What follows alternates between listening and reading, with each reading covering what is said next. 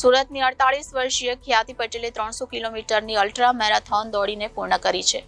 76 કલાકમાં દિવસના 37 ડિગ્રી અને રાત્રે 15 ડિગ્રીના ટેમ્પરેચરમાં રનિંગ કર્યું હતું, જેથી આ મહિલા ગુજરાત રાજ્યમાં પ્રથમ મહિલા અને ભારત દેશની સિંગલ સ્ટેજ રેસમાં બીજું સ્થાન પ્રાપ્ત કર્યું છે. ઉલ્લેખનીય છે કે મહિલાએ 76 કલાકમાં માત્ર 2 કલાકની જ ઊંઘ લીધી હતી. Blue brigade running club India દ્વારા વિવિધ પ્રકારની મેરેથોન અને અલ્ટ્રા મેરેથોન યોજાતી હોય છે. ત્યારે આ વખતે 14મી ફેબ્રુઆરી 2024ના રોજ મહારાષ્ટ્ર રાજ્યના નાસિક શહેરમાં આવેલા સૈયદરી ફાર્મથી અલ્ટ્રા મેરેથોન યોજાઈ હતી. આ અલ્ટ્રા મેરેથોનમાં ભારત દેશ સહિત અન્ય દેશોના આશરે 10 લોકોએ ભાગ લીધો હતો, જેમાં ઓસ્ટ્રેલિયાના 2 રનરો અને ભારત દેશના દિલ્હી, પુણે, મુંબઈ, ચેન્નઈ, ગુજરાત અને અન્ય રાજ્યોના રનર જોડાયા હતા.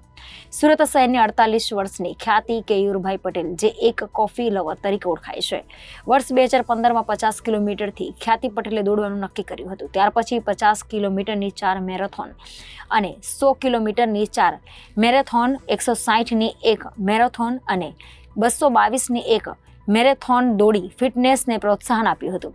આ વર્ષે 2024માં 300 કિલોમીટરની દોડ પૂર્ણ કરીને ખ્યાતિ પટેલ ગુજરાતની પ્રથમ મહિલા અને ભારત દેશની સિંગલ સ્ટેજ રેસમાં બીજી મહિલાનું સ્થાન પ્રાપ્ત કર્યું છે. મહારાષ્ટ્ર રાજ્યના નાસિક શહેરના સૈયદરી ફાર્મ ખાતે આ અલ્ટ્રા મેરેથોન શરૂ થઈ હતી.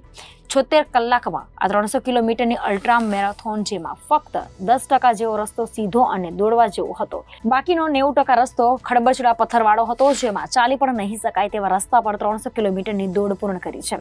આ દોડ શરૂ કરવા પહેલા તમામ પાર્ટિસિપેન્ટ્સનું મેડિકલ ચેકઅપ થાય છે, જેમાં blood pressure checkup, urine test, sugar લેવલનું ચેકઅપ સાથે અન્ય તપાસ કરીને આ દોડ શરૂ કરવામાં આવતી હોય છે. ભારત દેશના 3 અને ઓસ્ટ્રેલિયાના 1 પાર્ટિસિપેન્ટે આ દોડ પૂર્ણ કરી હતી, જેમાં ખ્યાતિ પટેલ ગુજરાત રાજ્યની પ્રથમ મહિલા અને ભારત દેશની સિંગલ સ્ટેજ રેસમાં બીજી મહિલાનો ખિતાબ મેળવ્યો છે. હું ખ્યાતિ પટેલ, હું અલ્ટ્રા રનર છું. મેં હમણાં તાજેતરમાં નાસિકમાં યોજાયેલી રેસમાં 300 કિલોમીટર 77 કલાકમાં પૂરા કર્યા છે. આ પહેલાં હું ઘણી બધી અલ્ટ્રા રેસીસ પૂરી કરી ચૂકી છું, જેમાં 50, 100, 160 અને 200 કિલોમીટરનો 220 કિલોમીટરનો સમાવેશ છે. આ રેસ પૂરી કરવા માટે મને મારા પતિ કેયુર પટેલ અને પ્રાથિશ પટેલનો ખૂબ જ સહયોગ મળ્યો. તેની સાથે સાથે મારા કોચ તેજલ મોદીએ મને ગાઈડ કરી હતી કોચિંગ પ્લાન માટે.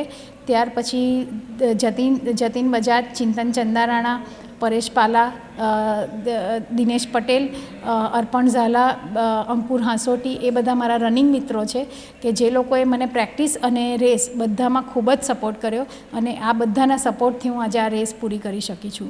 આ રેસ પૂરી કર્યા પછી હું ગુજરાતની ફર્સ્ટ ફિમેલ બની છું, જેણે આ 300 કિલોમીટરનું ડિસ્ટન્સ પૂરું કર્યું છે. અને ઇન્ડિયાની સિંગલ સ્ટેજ રેસમાં 300 કિલોમીટર પૂરું કરવાવાળી હું સેકન્ડ ફિમેલ છું. કેટલી કઠિન રહી હતી આ રેસ? ખૂબ જ કઠિન હતી, કારણ કે તેમાં 3 દિવસ અને 3 રાત મારે રોડ ઉપર રહેવાનું હતું, ઊંઘવા જાગવા સાથે. એટલે એમાં મને ખાલી 20-20 મિનિટના 3 નેપ, પાવર નેપ, અને 30-30 મિનિટની 2 મેં પાવર નેપ લીધી હતી. એ સિવાય હું આખો વખત રોડ પર જ હતી. લગભગ ત્યાં 35થી 37 ડિગ્રી ટેમ્પરેચર બપોરે હતું અને 40% હ્યુમિડિટી હતી. અને સાંજે લગભગ 12થી 15 ડિગ્રી ટેમ્પરેચર રાત્રે ડ્રોપ થઈ જતું હતું. એટલે આટલી બધી ટેમ્પરેચરની ડાયવર્સિટી હતી, અને એમાં મેં આ રેસ પૂરી કરી. અને રસ્તા બિલકુલ નહીં હતા, એમાં લૂઝ પેબલ્સ અને ટ્રેલ રનિંગ કહેવાય. એટલે એમાં રસ્તા એકદમ જ ખરબચડા અને પેલા ખાડા ટેકરાવાળા હતા. Reporter Arvind Rathod, Janadesh news, Surat.